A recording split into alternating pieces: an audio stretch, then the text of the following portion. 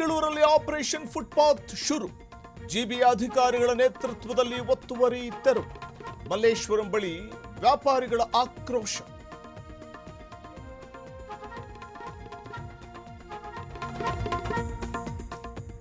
ಬಿಡದಿ ಟೌನ್ಶಿಪ್ಗೆ high court shock. 519 ಎಕರೆ ಭೂ ಸ್ವಾಧೀನಕ್ಕೆ ಬ್ರೇಕ್. ಮೆಗಾ ಪ್ರಾಜೆಕ್ಟ್ಗೆ ಕಾನೂನು ಕಂಟಕ ಫಿಕ್ಸ್.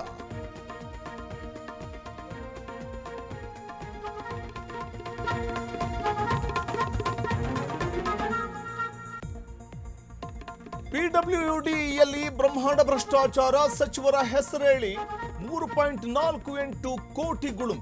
ಪಿಡಬ್ಲ್ಯೂಡಿ ಇಇ ವೆಂಕಟೇಶ್ ಮಹಾ ವಂಚನೆ ಬಯಲು.